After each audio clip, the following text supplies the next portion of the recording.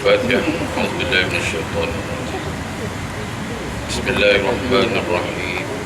الحمد لله رب العالمين الرحمن الرحيم مالك يوم الدين إياك نعبد وإياك نستعين اهدنا الصراط المستقيم صراط الذين أنعمت عليهم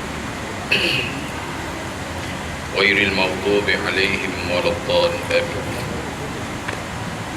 الحمد لله الحمد لله الذي أرسل رسوله بالهدى ودين الحق ليظهره على الدين كله ولو كره المشركون.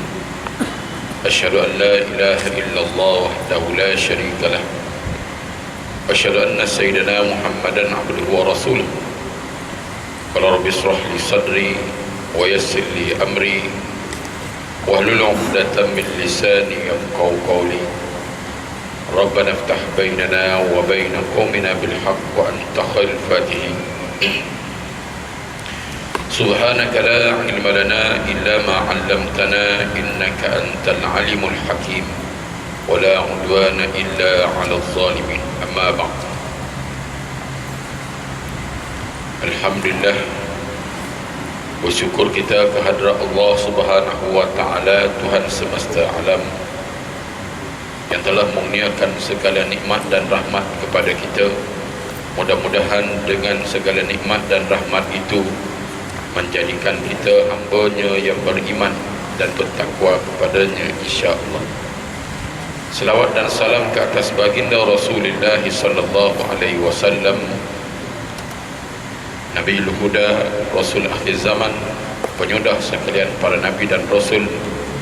Mudah-mudahan kita semua digolongkan di kalangan umat baginda di akhir zaman ini. Mudah-mudahan kita akan bersama baginda di akhirat nanti. Mudah-mudahan kita semua tidak terhalang daripada mendapat syafaat daripada baginda, dan mudah-mudahan kita semua tidak terhalang daripada meminum dari kolam kausar baginda, yang apabila minum daripadanya tidak akan dahaga selama-lamanya, insya-Allah. Jadi insya-Allah pada malam ini kita akan menyambung lagi perbicaraan kita dalam kitab perbandingan akidah Islam dan pahaman umat Islam dalam bab Syiah, berkembang dan tersebarnya firqah Syiah ini. Muka surat 35, perenggan yang kedua. Jadi dengan sebab Abdullah bin Sabah, kita tahu Abdullah bin Sabah ni dia Yahudi masuk Islam, yang dia kalau boleh apabila dia masuk Islam, dia ingat bahawa dia akan disambut dengan kapet merah, bunga manggar. Itulah mana apa dapat tempat di sisi khalifah. Tetapi tidak, apabila tidak dia marah. Lalu dia memburukkan Khalifah Osman. Dia mencanang bahawa Sayyidina Ali lah yang paling layak ini. Dia orang ni.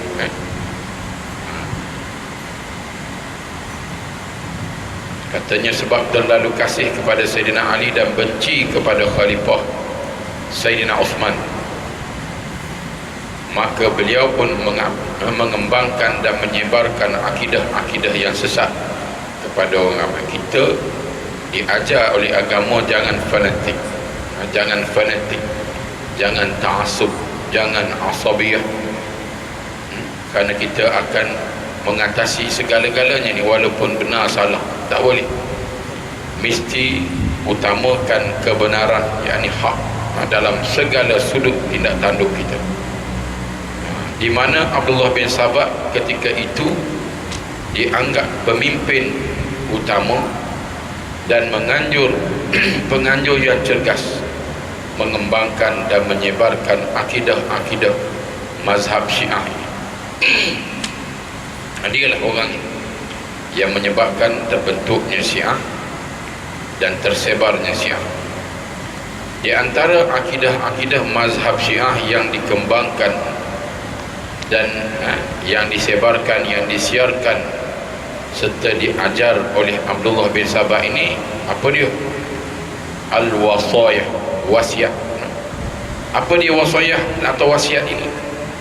Iaitu Nabi Muhammad sallallahu alaihi wasallam telah berwasiat bahawa selepas baginda wafat adalah dilantik Sayyidina Ali menjadi khalifah menggantikan baginda. Dia akan buat hadis-hadis palsu. Sebenarnya Nabi tidak ada wasiat. Tidak ada wasiat siapa yang nak jadi khalifah pengganti Nabi, tidak ada. Dan para sahabat pun orang yang paling layak tidak lain dan tidak bukan Sayyidina Abu Bakar As-Siddiq. Apabila baginda wafat, golongan Ansar berkumpul di Sakifah Bani Sa'idah untuk lantik pemimpin. Mereka melantik Sa'ad bin Ubadah sebagai khalifah, dan perkara ini telah diketahui oleh Sayyidina Abu Bakar, Sayyidina Ali, Sayyidina Umar, Sayyidina Osman. Mereka bergegas ke Sakifah Bani Sa'dah, dan diantaranya Abu Bakar memberikan ucapan. Dalam ucapan akhirnya Sayyidina Abu Bakar melantik untuk dipilih sama ada Sayyidina Umar ataupun Abu Ubaidah Al-Jarrah. Ini cerita. Tapi Sayyidina Umar menolak, Abu Ubaidah menolak. Lalu Umar membuat ucapan dan melantik Sayyidina Abu Bakar sebagai khalifah pengganti Nabi. Semua setuju yang adil. Itu cerita ni. Tapi yang dikatakan wasiat ini direka-reka oleh Abdullah bin Sabah. Dia reka-reka kan? Banyaklah kalau kita dapat kitab dia ada kitab sendiri. Dia cukup tambah. Yang tidak hadis pun dibuat hadis. Banyak perkara. Yang kedua, berkenaan dengan ar-raja', kembali. Abdullah bin Sabah mengajarkan bahawa Sayyidina Ali bin Abi Talib akan kembali di akhir zaman kelak menegakkan keadilan. Siapa? Bukan Sayyidina Ali. Siapa yang akan kembali? Nabi Isa alaihissalam.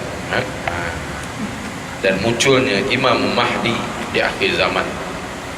Walaupun banyak mereka yang mengaku sebagai Imam Mahdi, tetapi kalau kita rujuk kepada kitab-kitab, Imam Mahdi di akhir zaman ini, Imam Mahdi itu pun tak tahu dia Imam Mahdi di akhir zaman.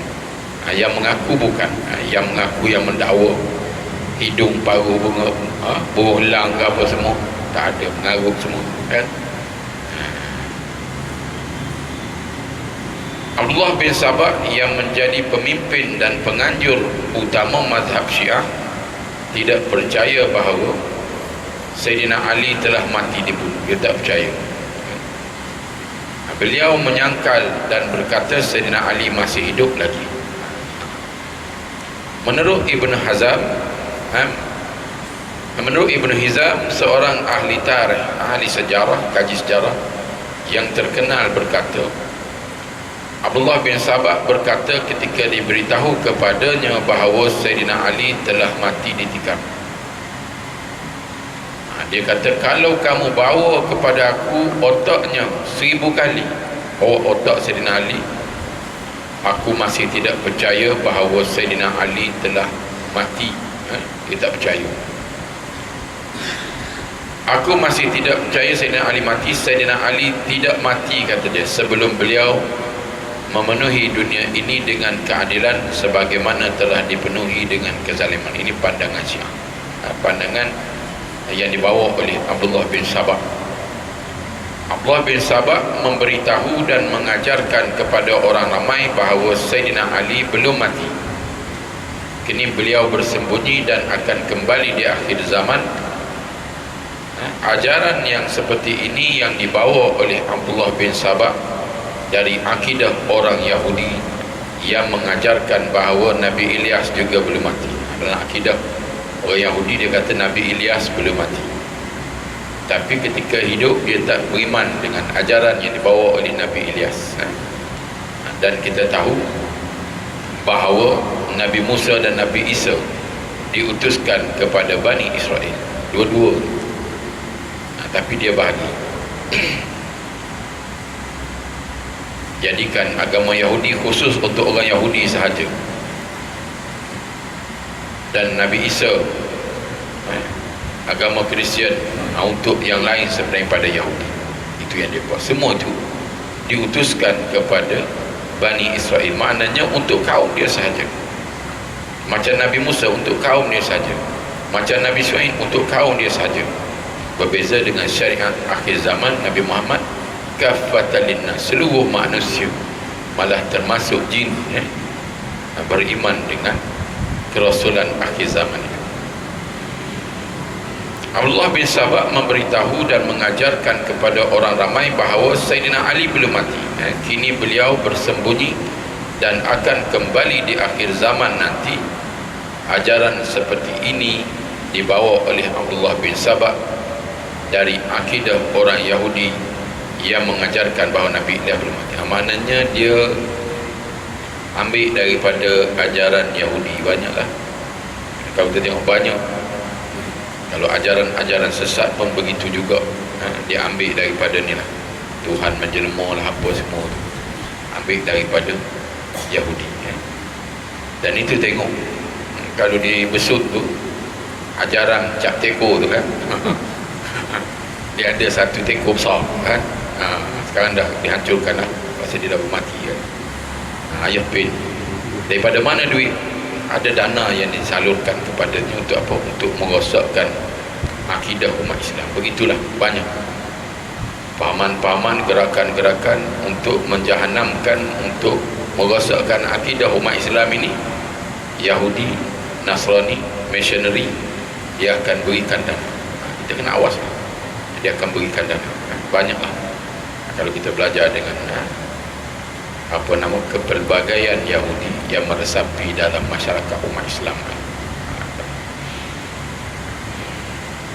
Ajaran Abdullah bin Sabah ini menjadi akidah dan pegangan mazhab Syiah, bahawa seorang imamnya, ketuanya, syekhnya yang penghabisan belum mati.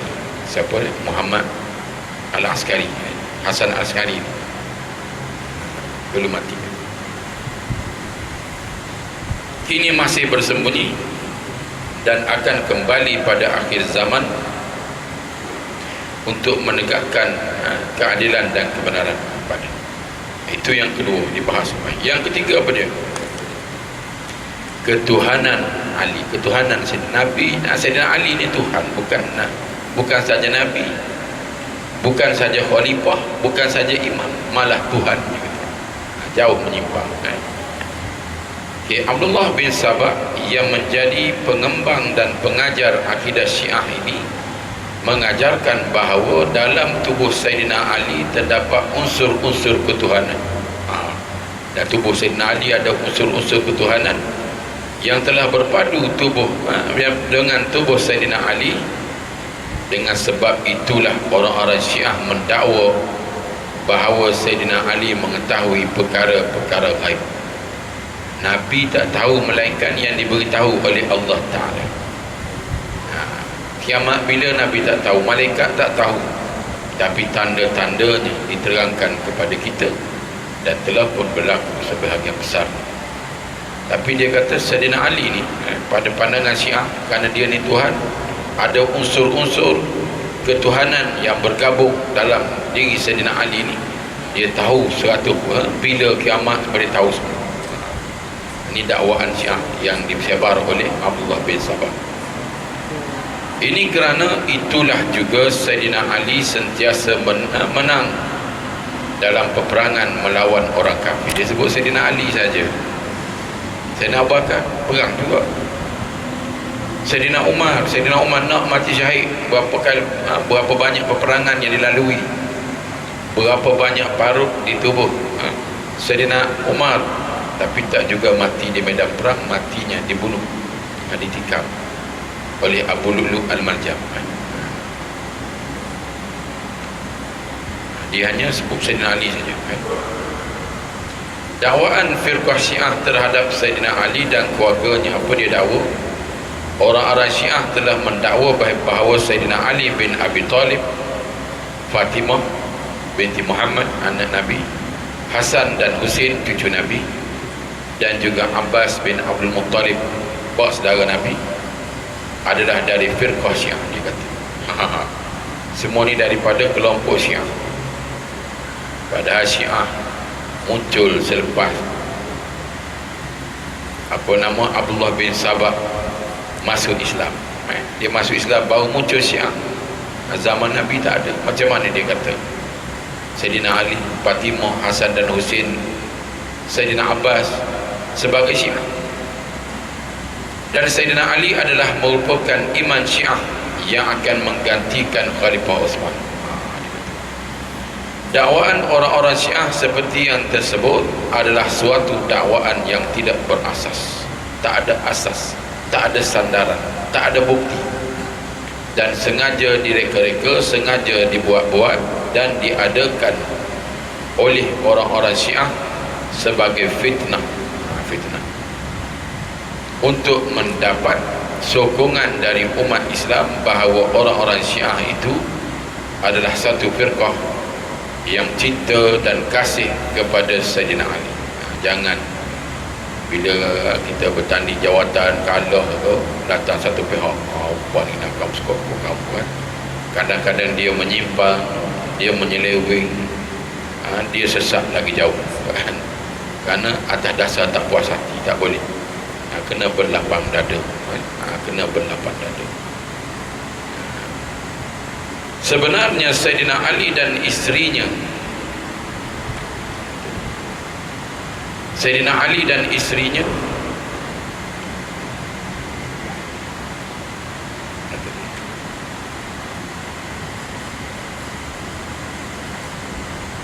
dia kata bahawa Syiah ini adalah satu firqah yang cinta dan kasih kepada kita. Sayang Sayyidina Ali kerana sahabat Nabi, tapi sayangnya kita, cintanya kita pada Sayyidina Ali tidak sebagaimana Syiah, mendewa-dewakan, melebih-lebihkan, mengangkat martabat sampai ketuhanan.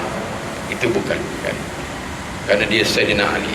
Memanglah Nabi sebut semua kan Sayyidina Ali, Sayyidina Abu Bakar, Sayyidina Uthman, para sahabat, semua kita sayang. Nabi pun sebut, ashabi kan nujum izat taraitum ihtadaitum. Para sahabatku ini bagaikan bintang di langit, apabila kamu mengikuti mereka, kamu akan mendapat petunjuk Allah. Dia kata dia saja cinta kan? Dia aja sayang pada Sayyidina Ali. Sebenarnya Sayyidina Ali dan isterinya dan anaknya Hasan dan Husain cucu Nabi, dan juga Abbas pakcik Nabi, Abdul Muttalib bukanlah dari firqah Syiah, bukan dari kelompok mereka, kerana mereka itu tidak sepahaman dengan orang-orang Syiah. Ini terbukti bahawa Sayyidina Ali dan isterinya Fatimah ikut bersama dengan sahabat-sahabat yang lain membai'ah, mengangkat, ada perjanjian taat setia, mengangkat Sayyidina Abu Bakar As-Siddiq menjadi khalifah Islam yang pertama selepas wafat Nabi sallallahu alaihi wasallam. Sayyidina Ali tidak memberontak, Sayyidina Ali tidak menegak, Sayyidina Ali mana tidak lawan, malah memberikan bai'ah, perjanjian taat setia kepada Sayyidina Abu Bakar. Sekalipun mereka itu agak terlambat hadir ke majlis bai'ah, ada sebab lah, bukan sengaja Sayyidina Ali lambat hadir ke majlis tersebut. Andainya benar Nabi Muhammad sallallahu alaihi wasallam ada berwasiat bahawa orang yang akan menjadi khalifah Islam selepas baginda wafat ialah Sayyidina Ali, sebagaimana dakwaan orang-orang Syiah, sudah pasti beliau, yakni Sayyidina Ali bin Abi Talib karramallahu wajhah ini, tidak akan bersama-sama dengan sahabat membai'ah Sayyidina Abu Bakar As-Siddiq khalifah Islam yang pertama, dan begitu juga Sayyidina Ali bai'ah, memberikan perjanjian taat setia kepada Sayyidina Umar khalifah Islam yang kedua, dan juga Sayyidina Ali memberikan bai'ah perjanjian taat setia kepada Sayyidina Uthman bin Affan, khalifah Islam yang ketiga. Semua Sayyidina Ali tidak bantah. Maknanya dakwaan begitu adalah bohong dan tidak benar, yang sengaja-ngaja direka oleh Abdullah bin Sabah Yahudi ini, yang kononnya masuk Islam. Tujuannya untuk memporak-porandakan umat Islam dari dalam. Begitu juga andainya ada wasiat Nabi SAW bahawa Sayyidina Ali hendaklah dilantik menjadi khalifah Islam yang pertama selepas wafat Nabi Muhammad SAW, tentulah Sayyidina Ali sendiri mengemukakan wasiat Nabi SAW itu kepada para sahabat baginda yang sedang ramai berhimpun di Sakifah Bani Sa'idah pada hari wafatnya Nabi SAW untuk mengangkat Sayyidina Abu Bakar menjadi khalifah Islam yang pertama. Tentunya Sayyidina Ali membantah, tapi tidak. Tetapi oleh kerana Sayyidina Ali sendiri mengetahui bahawa Nabi SAW tidak pernah berwasiat kepadanya bahawa orang yang akan menjadi khalifah selepas wafat baginda adalah beliau sendiri, maka Sayyidina Ali tidak mengajukan perkara ini kepada para sahabat dan tidak membuat apa-apa bantahan di atas pengangkatan yang diangkat Sayyidina Abu Bakar As-Siddiq di Sakifah Bani Sa'idah ini menjadi khalifah Islam yang pertama selepas wafatnya baginda Nabi SAW, sebagaimana yang diriwayatkan dalam hadis Bukhari yang diriwayatkan daripada Abdullah bin Abbas radhiyallahu anhu. Ini dalil, tuan kita ni bawa dalil daripada Sahih Bukhari. Inna Ali bin Abi Talib radhiyallahu anhu kharaja min indi Rasulillah sallallahu alaihi wasallam fi wajhihi alladhi tuwaffiya fihi. Qala an-nas ya Aba Hasan kaifa asbaha Rasulullah sallallahu alaihi wasallam? Faqala asbaha bihamdillahi bari'an. فأخذ بيده عباس بن عبد المطلب فقال له أنت والله بعد ثلاثة عبد العصا وإني والله لا أرى رسول الله صلى الله عليه وسلم سوف يتوفى من وجعه هذا إني لأعرف وجوه بني عبد المطلب عند الموت اذهب بنا إلى رسول الله صلى الله عليه وسلم فلنسأله بمن هذا الأمر إن كان فينا علمنا ذلك وإن كان في غيرنا علمناه فأوصى بنا. فقال علي Inna wallahi la in sa'alnaha Rasulullah sallallahu alaihi wasallam famana'naha la yu'tinaha nas ba'dahu wa inni wallah la as'aluha Rasulullah sallallahu alaihi wasallam. Sadaqa Rasulullah sallallahu alaihi wasallam. Ini riwayat Bukhari dalam Fathul Bari, syarah kepada Sahih Bukhari, bahawasanya Ali bin Abi Talib keluar dari rumah Rasulullah sallallahu alaihi wasallam ketika baginda sakit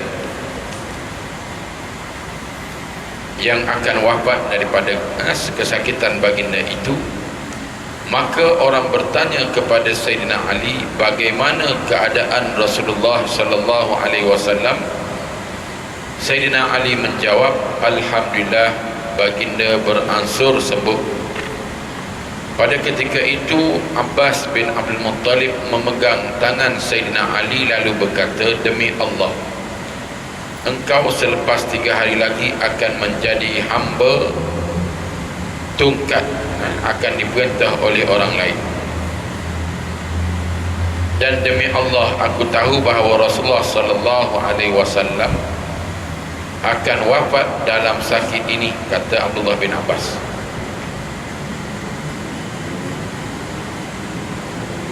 Aku tahu keadaan dan muka anak-anak Abdul Muttalib ketika ia akan wafat. Marilah kita masuk kembali kepada Rasulullah sallallahu alaihi wasallam dan kita tanyakan kepada baginda sallallahu alaihi wasallam siapa yang akan memegang jawatan ini selepas baginda wafat. Jika diserahkan jawatan itu kepada kita, sudah tentu kita akan tahu. Dan jika diserahkan jawatan itu kepada orang lain, maka kita pun sudah tentu akan tahu. Atau kita desak baginda mewasiatkan jawatan ini untuk kita. Lalu Sayyidina Ali menjawab pada dia, sesungguhnya demi Allah, kata Sayyidina Ali, jika kita meminta jawatan ini dan Nabi tidak memberikannya, maka jawatan ini selama-lamanya tidak akan diberikan orang kepada kita. Demi Allah, aku tidak akan meminta kepada Rasulullah sallallahu alaihi wasallam. Nak Sayyidina Ali, para sahabatnya begitu, bukan bergebuk-gebuk nak jawatan. Orang sekarang begitu bergebuk nak jawatan sampai guna cara yang tidak betul untuk menang jawatan. Tujuan yang tak apa, bukan jawatan, tapi ada perkara yang nak dibuat dengan jawatan itu. Riwayat Bukhari, hadis ni riwayat Bukhari dalam Sarah Bukhari Fathul Bari, muka surat jilid 9, muka surat 208. Tuan kitab ni bawa ni. Yang diambil ni petik muka surat berapa, jilid berapa, dia beri pada kita. Tak puas hati boleh rujuk. Hadis yang diriwayatkan daripada Abdullah bin Abbas ini jelas membuktikan bahawa Sayyidina Ali tidak pernah menerima wasiat dari Nabi sallallahu alaihi wasallam untuk menjadi khalifah Islam selepas wafat baginda. Dan Nabi sallallahu alaihi wasallam juga tidak pernah menunjuk Sayyidina Ali menjadi khalifah Islam yang pertama. Begitu juga Sayyidina Ali, Abbas dan Ibnu Abbas. Abbas bapa dia, Ibnu Abbas, Abdullah bin Abbas, anak Abbas, iaitu keluarga Nabi sallallahu alaihi wasallam yang terdekat, sekali tidak pernah meminta jawatan khalifah kepada Nabi sallallahu alaihi wasallam. Siapa aku, kata Sayyidina Ali. Siapa aku, kata Abbas atau Abdullah bin Abbas, nak meminta jawatan dengan Nabi. Ini maknanya sahabat. Mana yang diadakan oleh Syiah ini adalah mereka rekakan cerita. Mereka rekakan cerita. Berdasarkan hadis ini juga terbukti bahawa Sayyidina Ali bukanlah orang yang berpahaman dengan fahaman Syiah. Sayyidina Ali bukan Syiah. Kita tidak terima bahawa Sayyidina Ali adalah Syiah. Dan yang berakidah bahawa jawatan khalifah, imam, khalifah maknanya adalah orang yang ditunjukkan oleh Nabi sallallahu alaihi wasallam, di mana orang-orang Syiah mendakwa bahawa Sayyidina Ali bin Abi Talib karramallahu wajhah telah ditunjukkan oleh Nabi sallallahu alaihi wasallam menyandang jawatan khalifah Islam yang pertama. Tidak ada bukti yang sahih. Mereka cuma reka-reka sahaja. Justru itu mafhum dari hadis tersebut bolehlah disimpulkan bahawa Sayyidina Ali bukanlah penganut fahaman Syiah atau bermazhab dengan mazhab Syiah, dan Sayyidina Ali juga tidak termasuk dalam firqah Syiah dan bukan pula menjadi imam mazhab Syiah sebagaimana yang didakwa oleh orang-orang Syiah. Orang Syiah dakwa bahawa pemimpin dia Sayyidina Ali, imam mereka. Tidak sama sekali. Tetapi Sayyidina Ali adalah mazhab ahli sunnah wal jamaah yang berpegang teguh kepada Quran dan hadis dan berpegang dengan apa yang diterima oleh para sahabat dan menentang perkara-perkara bid'ah. Ini maknanya ahli sunnah wal jamaah. Kita masuk khilasah, kesimpulan. Tuan kitab dulu pun sama, akidah ahli sunnah. Selepas satu dia buat kesimpulan. supaya kita boleh pegang. Tak boleh pegang banyak, 1, 2, 3 pun cukup. Filasah kesimpulan berkembang dan tersiarnya firqah Syiah ini. Pertama, berkembang dan tersiarnya firqah Syiah adalah setelah pemerintahan Islam berpindah kepada Khalifah Uthman bin Affan. Sebelum berpindah kepada Sayyidina Uthman bin Affan tidak ada. Kenapa? Tadilah dia sakit hati masuk Islam, dia ingatkan disambut dengan kapek merah, bunga mangga, kompangnya tidak ada. Lalu sakit hati, kita masuk Islam dia tak sambut. Lepas dia yang buat cerita Abdullah bin Sabah tadi, iaitu setelah firqah Syiah mendapat seorang pemimpin yang bernama Abdullah bin Sabah. Siapa dia? Yahudi, seorang pendeta Yahudi dari Yaman. Dia ni Yahudi dari Yaman yang telah menganut agama Islam.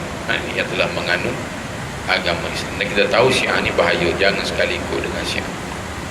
Kalau dia sikit, dia boleh menyamar sebagai ahli sunnah wal jamaah. Bukan, ana bukan Syiah saya, ana ahli sunnah macam anta juga. Itu dia. Tapi kalau dia ramai, bahaya. Dia bahaya, dia akan memerangi Sunni, ahli sunnah wal jamaah ini, dan sanggup membunuh halal darah selain daripada Syiah. Itu bahaya. Jangan nampak, tak nampak serban, jubah sampai 3 lapis, serban punya dah besar kan. Jangan. Kena tahu tu, kena faham tentang akidah. Jangan tengok luaran sahaja. Yang kedua, di akhir tahun pemerintahan Khalifah Uthman bin Affan, iaitu dalam tahun 30 Hijrah, Abdullah bin Sabah pergi ke Madinah dengan harapan kedatangannya ke Madinah akan disambut oleh Khalifah Uthman kerana ia pendeta besar dari Yahudi Yaman yang telah menganut agama Islam. Tetapi harapannya tidak tercapai, yang punah harapannya, dan ia berasa kecewa. Kita Islam gitu, jangan kerana benda lain masuk Islam, berada dalam kelompok Islam ni, jangan kerana benda lain, kerana projek ke, kerana bisnes ke, kerana apa, jangan. Kerana Allah Subhanahu wa ta'ala, kerana sayangkan Islam, sayangkan Allah, sayangkan Rasulnya, bukan kerana lain. Dia akan menyimpanglah daripada landasan Islam ini. Bila menyimpang, walaupun orang tu bijak pandai, ada sijilnya, ada ijazahnya, ada sarjana mudanya, BA-nya, honorsnya, PhD-nya, tapi kadang-kadang tengok jadi bodoh, tengok kan. Jadi bodoh, bercakap pun macam orang bukan golongan cendekiawan. Tengoklah, tuan-tuan boleh tengok sendiri kan. Yang ketiga, peristiwa ini menyebabkan Abdullah bin Sabah merasa benci kepada Khalifah Uthman. Kerana benci, bila benci dia buatlah, dia seolah-olah rasa tidak dihargai. Aku berjuang bersungguh-sungguh, tiba-tiba aku dibuang kan. Tak bersyukur kepada aku. Jangan, tak boleh begitu. Kena berlapang dada, bukan meminta-minta jawatan. Dan kalau memberi jawatan, penuhilah, jadikan dia sebagai ibadah. Jangan, bukan tujuan keduniaan semata-mata. Dan timbul dalam hatinya untuk menjatuhkan pemerintahannya, untuk nak jatuh pemerintahan Sayyidina Uthman bin Affan, dan membangunkan gerakan anti kepada pemerintahan Khalifah Uthman, dan akan menggantikan dengan Sayyidina Ali bin Abi Thalib. Dia saja dia. Kalau dia tak sebut begitu, mungkin orang tak akan ikut dia, orang tak akan setuju dengan cadangan. Cara dia lantik Sayyidina Ali kan. Cara kononnya akak Sayyidina Ali lah yang paling layak. Kononlah Abdullah bin Sabah ini dia berpihak kepada keluarga Nabi kan. Padahal Sayyidina Abu Bakar, Sayyidina Umar, Sayyidina Uthman itu sahabat Nabi, sahabat yang paling rapat dengan Nabi. Sayyidina Abu Bakar bukan saja sahabat, mertua Nabi. Sayyidina Umar bukan saja mertua Nabi. Sayyidina Uthman menantu Nabi. Sayyidina Abu Talib bukan saja sahabat Nabi, sepupu Nabi, menantu Nabi. Itu dia. Tapi inilah yang dilakukan oleh Abdullah bin Sabah yang mencetuskan sehingga wujudnya, lahirnya Syiah. Usaha Abdullah bin Sabah ini membangunkan gerakan anti kepada pemerintahan Khalifah Uthman bin Affan dan akan menggantikannya dengan Sayyidina Ali bin Abu Talib telah mendapat sambutan dan sokongan umat Islam ketika itu daripada orang-orang Madinah sendiri, Mesir, Kufah, Basrah dan lain-lain. Bukan dia kerja keras juga dia. Abdullah bin Sabah ini merantau daripada Madinah pergi ke Mesir, pergi ke Kufah, pergi cari pengaruh dia, cari pengaruh dia, dan banyaklah yang termakan. Kita pun begitu juga, jangan termakan. Sebabnya kerana Allah, kerana Islam, tak boleh lari daripada Islam. Kau lari daripada Islam akan dihina oleh Allah Subhanahu wa taala. Ini apa yang disebutkan oleh Sayyidina Umar. Sayyidina Umar kata apa? Nahnu qaumun a'azzalallahu bil Islam, famahma nabtaghi bighairi ma a'azzalallahu azallallah. Kami ini bangsa Arab yang dimuliakan Allah bukan kerana bangsa Arab kami, tapi kami dimuliakan Allah, bangsa Arab ini adalah dengan Islam. Kami akan dimuliakan oleh Allah selagi kami berpegang dengan Islam.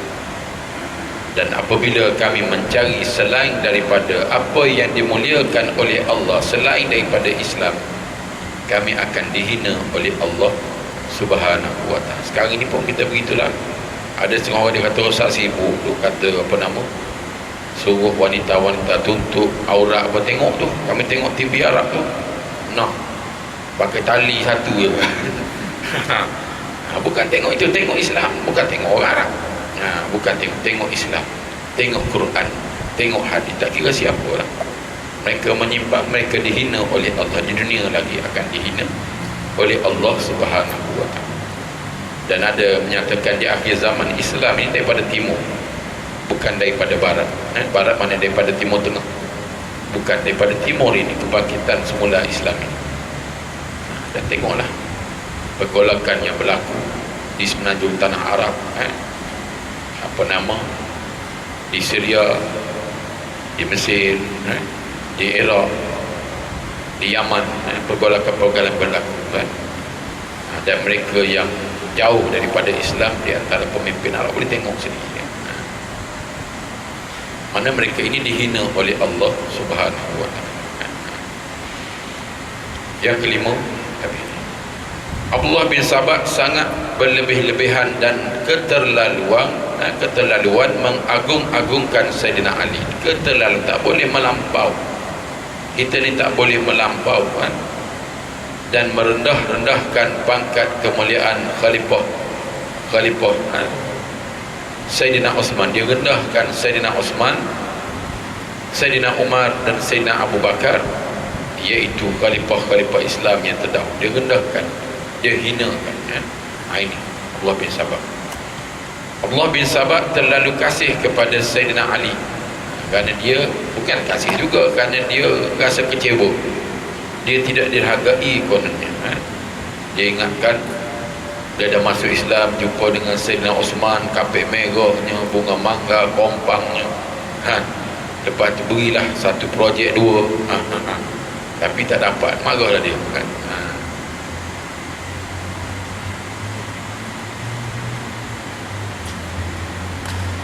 dan benci kepada Khalifah Sayyidina Uthman yang menyebabkan Abdullah bin Sabah menjadi pemimpin utama dan penganjur yang cergas mengembang dan mengajarkan akidah-akidah mazhab Syiah. Dan itulah manusia kadang-kadang, kalau dia sakit hati kan, kalau dia tak setuju, apalah, habis duit pun tak apa kan, asal orang lain, asal orang tu makna derita.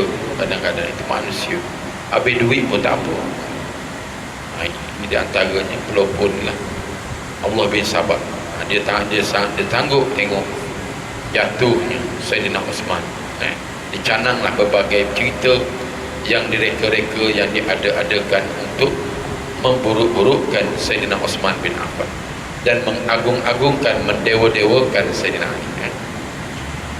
Yang ketujuh, orang-orang Syiah mendakwa bahawa Sayyidina Ali, Fatimah, Hasan dan Husin dan Abbas bin Abdul Muttalib adalah dari firqah Syiah. Kita tak boleh terima gitu. Mereka ada firqah Ahlussunnah wal Jamaah, dan Sayyidina Ali adalah menjadi imam Syiah yang akan menggantikan Sayyidina Osman. Imam Syiah mana wujud selepas dia tidak mendapat tempat di sisi Sayyidina Osman bin Affan. Dialah yang canat sehingga wujudnya Syiah. Jangan kita termakan, terpengaruh. Dan dia Syiah ni dia cari orang yang boleh memberi pengaruh. Kita cari orang kampung, dia cari golongan intelektual, dia cari golongan profesional, dia cari orang yang ada kedudukan dalam masyarakat dan ada jawatan. Itu dia. Wallahu a'lam. Kita ini insya-Allah kita akan sambung pada minggu selanjutnya tentang mazhab Ahlussunnah wal Jamaah yang menolak pandangan Syiah satu persatu. Wallahu a'lam.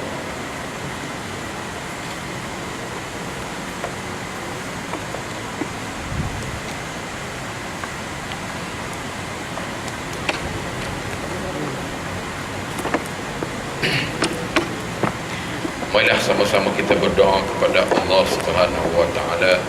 Mudah-mudahan ruang dan peluang yang diberikan oleh Allah kita benar manfaatkannya. Mudah-mudahan kita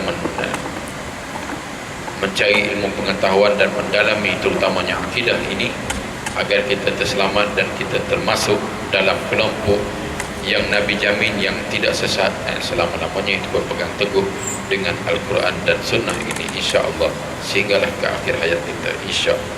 A'udzubillahi minasyaitonirrajim. Bismillahirrahmanirrahim. Alhamdulillahirabbil alamin wassalatu wassalamu ala asyrafil anbiya'i wal mursalin wa ala alihi wa sahbihi ajma'in. Allahumma aftahna futuhal arifin. Ya Allah, bukakanlah kepada kami pintu pengetahuan di sisimu yang begitu luas ya Allah. Allahumma rabbana zidna ilma. Ya Allah, ya Tuhan kami, tambahkanlah ilmu pengetahuan kepada kami. Allahumma zidna wa la tanqus alaina. Ya Allah, kami benar memohon kepadamu ya Allah agar kau senantiasa menambahi ilmu pengetahuan kami ya Allah. Janganlah kau menguranginya Allah. Allahumma inna ala zikrika wa syukrika wa husni ibadati. Ya Allah, bantulah kami yang lemah ya dhaif ini ya Allah agar kami sentiasa mengingatimu ya Allah di kala senang kami dan kala susah kami ya Allah. Bergantungan kami hanya padamu ya Allah. Ya Allah, bantulah kami yang lemah ya dhaif ini ya Allah agar kami sentiasa bersyukur di atas limpah kurnia nikmat yang telah kau kurniakan kepada kami dari harta benda kami dan anak pinak kami ya Allah. Sungguh baik kamu terhadap kami ya Allah, namun kamilah alfa, kamilah yang lalai ya Allah. Ampunilah di atas kealpaan dan kelalaian kami ini ya Allah. Ya Allah, bantulah kami yang lemah ya dhaif ini ya Allah. Lemahnya kami dari segi ibadah kami, ubudiyah, ketaatan kepadamu ya Allah. Namun bangkitkanlah nanti bersama hamba-Mu yang terpilih di sisimu ya Allah, minas syuhada'i was salihin wa husna ulaika rafiqa. Allahumma al-haqqa haqqan warzuqna ittiba'. Ya Allah, tunjukkanlah kepada kami jalan kebenaran dan kurniakanlah kepada kami agar kami sentiasa mengikutinya. Wa anal batila batilan warzuqna ijtinabah. Ya Allah, tunjukkanlah juga kepada kami jalan kebatilan dan kurniakanlah kepada kami agar kami sentiasa menghindari dan menjauhinya Allah. Rabbana atina fid dunya hasanah. Ya Allah, ya Tuhan kami mohon kesenangan kehidupan kami di dunia ini. Wa fil akhirati hasanah, keselamatan dan kesejahteraan kami di akhirat sana nanti ya Allah. Wa qina azabannar. Ya Allah, wa Zat yang Maha Pemurah, yang Maha Penyayang, yang Maha Pengampun, yang menerima taubat hamba-hambanya walaupun sebesar mana dosa-dosa yang telah dilakukan oleh hamba-hamba-Mu ini ya Allah. Selamatkanlah kami semua daripada azab api neraka ya Allah. Sallallahu alaihi wasallam Muhammad wa ala alihi wasallam. Walhamdulillahirabbil alamin. Taqabbalallahu minkum taqabbal ya karim. Terima kasih di atas kesudian para jemaah yang sudi menunggu, yang sudi mendengarkan kuliah yang saya sampaikan. Apa yang baik itu datangnya daripada Allah, apa yang kurang itu dari kelemahan dan ketahipan diri saya. Andai ada tutur kata saya, percakapan saya sepanjang menyampaikan kuliah ada yang tersinggung, yang terasa saya menyusun pelajari, mohon dimaafkan. Aku lupa lihaza wa sallallahu alaihi wa sallam. Wassalamualaikum warahmatullahi wabarakatuh.